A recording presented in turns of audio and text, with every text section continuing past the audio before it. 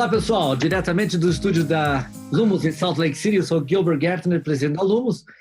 E hoje, nesse episódio, eu tenho um presentinho para vocês. A gente tem falado bastante nos últimos episódios que o objetivo, né, de você estudar inglês aqui nos Estados Unidos, de muitos, por exemplo, é de poder entrar numa universidade. Mas fazer o que na universidade? Qual é a vantagem de estudar numa universidade americana? Existem alguns planos diferentes. Por exemplo, alguns de vocês vêm para cá, estudam em inglês e depois voltam para o país de vocês, no caso o Brasil, com a fluência do inglês e podem conseguir um trabalho melhor. Outros buscam, então, aperfeiçoar os estudos e tudo mais. Então, hoje vamos conectar diretamente, nós estamos aqui em Salt Lake, agora são 6:07 da noite aqui, lá na Flórida deve ser 2 horas de diferença. Vamos conectar um ex-aluno nosso, ele vai contar a história, eu vou conversar com ele, e ele vai contar o que ele fez desde que ele estudou aqui na Lumos. Então, Daniel, está na linha? Está escutando? Estou ouvindo. Colocando aqui. Então tá, pessoal, esse é o Daniel Melasso. Daniel, da onde que você é originalmente? Eu sou de São Paulo. São Paulo? É. Então tá bem. Corintiano ou não? Corintiano, sempre. Nossa! Desde pequenininho. Desde pequenininho, então tá bom. Me diz uma coisa, conte para nós aqui. Você, quando veio para os Estados Unidos, você veio direto para Lumos? Sim, eu fui direto para Lumos, fiz avaliação de nível, comecei no nível 5, tinha um pouquinho de inglês, não muito, assim, conhecia bastante por causa dos testes do TOEFL, do GMAT, que já tinha estudado um pouco, mas não tinha prática nenhuma no inglês, para falar a verdade. E quanto tempo você estudou aqui com a gente? Eu fiz 2 módulos, né? Eu fiz o 5 e depois o 6, que é focado no TOEFL. No TOEFL. E daí, logo em seguida, você fez o TOEFL, o teste? Eu fiz o TOEFL logo depois que eu terminei o 5, consegui uma nota boa, acho que foi 76, que já me dava a oportunidade de começar uma faculdade, mas como eu estava procurando por um MBA, então tinha que ser mais que 94, por isso eu continuei pegando firme. E você conseguiu mais que isso depois? Peguei 97, se não me engano, 98. 98, puxa vida, é uma nota grande. Quem conta muita história de você aqui é o nosso gerente de vendas aqui, né? Você deve conhecer o Rafael. Sim, conheci ele aqui. O Rafael, ele estava na Flórida, soube que estava aqui, transferiu para cá e hoje está aqui. Mas não sai do nível 4. Não, ele está indo bem, logo vou perder ele. Mas, Daniel, me diga uma coisa. Daí, você já tinha uma faculdade no Brasil? Sim, tinha feito administração. Administração. E quando você conseguiu a tua nota em inglês, o que você fez depois disso? Eu fiz... eu queria entrar no programa de MBA, então eu estudei por GMAT. Depois que eu consegui a nota do GMAT, então pude aplicar para as faculdades para começar o MBA. Tá, agora, o pessoal que está assistindo a gente aqui, só para vocês entenderem, o processo de fazer o mestrado não é somente o inglês, né? Eles exigem esse teste que ele mencionou, o GMAT. E o GMAT, Daniel, ele envolve matemática, inglês... Inglês e matemática, basicamente. E tem um pouquinho de probabilidade, essas coisas que caem dentro da matemática também. E cai dentro da matemática. E daí você estudou o GMAT. Eu lembro que fazia meu concurrent, né? Fazendo a mesma... Estudava tudo meio embolado aqui. E você fez o GMAT e daí a faculdade, o mestrado se foi fazer aonde? O mestrado eu vim para a Flórida, né? Eu peguei a melhor aceitação, assim, a melhor carta de aceitação que eu tive foi da Flórida. Então decidi vir para cá. Conseguiu mais que uma? Eu fiz entrevista em umas 3 ou 4 faculdades. Tinha nota para todas, menos para BYU. E decidi vir para a Flórida aqui. O clima aí é melhor que de Utah, né? Sim, o clima aqui tem bastante coisa para fazer, tem a praia perto, tem os parques, né? As criançadas brincaram bastante. Então tá, isso já entregou. Você estava aqui com a família? Sim. Como é que é, qual é a composição da tua família? Você, tua esposa? E a minha esposa, eu tenho 3 meninos. Um vai fazer 12 agora, o outro tem 10 e o outro tem 7. E você já tinha esse pessoal quando você começou a fazer inglês aqui com a gente? Já tinha, já estava todo mundo aí. Eles vieram pequenininhos, foi 4 anos atrás, então 7 anos, de 7 a 3 anos ali Ah, a idade então deles. tá bom. Agora, vamos falar sério. Sem, isso aqui, pessoal, é ao vivo, eu não preparei nada. Ele mandou para mim o resumê dele. Eu não preparei nada também, aqui estou tudo Não, o escuro. que a gente está perguntando é o que vai acontecer. Então, me diga uma coisa: como é que foi a tua experiência com o inglês? Sem jogar confete, sem fazer propaganda, mas como é que foi a tua experiência na Lumos?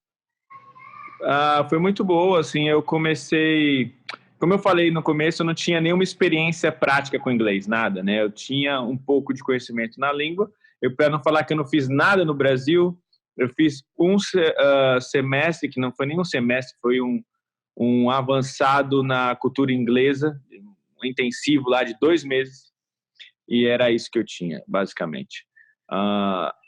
A prática veio aqui nos Estados Unidos, quando eu cheguei na Lumos, e eu comecei a ser obrigado a falar inglês, vivendo aqui nos Estados Unidos. Foi a melhor forma de me forçar a falar inglês e a escrever, a fazer todas. Você estava falando que. Então foi a prática, foi quando eu cheguei aqui. Então a Lumos ajudou bastante, porque eu cheguei no nível 5, e o nível 5 é exatamente o mais avançado que vocês têm aí antes do TOEFL. Então foi bastante conversação, foi bastante situação do dia a dia, de viagem, essas coisas, e me ajudou a começar a praticar o inglês de verdade, né? O E nível depois 5, disso ficou mais fácil até fazer o GMAT que com o inglês, né? uma das coisas que a gente fresa bastante com o pessoal é que você tem, não é só saber ler, mas você tem que saber interpretar qual é Interpretar. está sendo apresentado. E esse é o truquezinho desses testes, mesmo o GMAT, né? E interpretar rápido. Aí você tem que ler. O elemento, É o tempo que é o maior desafio. Se você tem um tempo do mundo, você lê devagarzinho e entende. Mas quando você tem que ler leitura dinâmica, basicamente, e entender, é um desafio. Tem que ter bastante treino. Agora, me diga uma coisa. Você foi para a Flórida, pelo que eu estava lendo aqui no teu resumo, você já terminou o teu mestrado? Sim, eu terminei no último summer, aqui em agosto passado. Em agosto você se formou. E agora, o que você está fazendo? Sim. Trabalhando. Tem que trabalhar agora para pagar a faculdade. Legalmente, você está trabalhando aí? Estou trabalhando. Quando você faz o MBA, a imigração te dá 1 ano para trabalhar e praticamente exercer aquela função que você estudou. Então, eu tenho até agosto mais 2 meses de graça que eles dão de período para ficar aqui legal, sem nenhum problema. E esse trabalho hoje, ele está relacionado com a tua área de estudo. Você fez um Business Administration. Eu fiz em business, tá linkado, estou fazendo operações numa empresa, fazendo gerência de operações numa empresa de mudança. Então, tá linkado e tem que ser. Se não for linkado com o seu estudo, a imigração não autoriza o que chama OPT, né? Optional Training. É OPT, né? Optional Practical Training. I was missing the practical. Optional Practical Training. É como a gente fala no Brasil, você tem direito de ficar aqui e fazer um estágio. Exato. É praticamente um estágio. Eles pagam você ou não? Sim, tem que pagar. Pagam, né? O estágio, quando você está no meio do programa, tem muitos lugares que não vão te pagar, dependendo da empresa que você vai. Mas o OPT é um emprego full-time, né? É o período integral. Então, a compensação é boa. Depois que você fez MBA, você está vendo uma compensação bem mais razoável. E agora, existe chance dessa empresa fazer alguma coisa a mais por você, não? Sim, a ideia de todo mundo que faz MBA fora é conseguir que a empresa te patrocine, né? A gente fala muito do sponsor aqui. Uhum. Então, a empresa está entrando com um advogado, está para ver se eu consigo mudar meu visto de turista para trabalho. E depois, futuramente, eu posso aplicar para Green Card também. Você falou visto de turista, você está com visto de estudante ainda? Só, desculpa, de visto de estudante para visto de trabalho. Então tá, visto de estudante para trabalho. Seria que o turista não funciona não. dessa Eu maneira. nunca tive turista, já vim direto de estudante para alunos. Então tá bom. E quais são os teus planos agora, depois de que você fez isso? Vamos supor que demora esse processo. Você tem ideia de continuar estudando mais? Talvez eu vou ter que fazer isso, ou voltar para o Brasil e esperar sair de lá. Meu plano é que saia antes, ou que eu pelo menos consiga, pela imigração, uma forma legal de ficar aqui. Quando eles recebem toda a documentação, eles podem estender o prazo e me deixar, que eles chamam de off status, mas não ilegal, que eu posso esperar até sair o resultado. Agora, eu vi, esse pessoal que faz a aplicação, se pode fazer a aplicação para trocar o visto de estudante para trabalho, até mesmo quando você termina o bacharelado. Mas a chance é bem pequena. É pequena. Quando você tem o mestrado, já o mínimo é maior. É maior porque você participa de 2 loterias, que eles chamam aqui. Quando você tem o mestrado, você vai primeiro para a loteria lá, e eu esqueci quantos mil que eles aprovam por ano.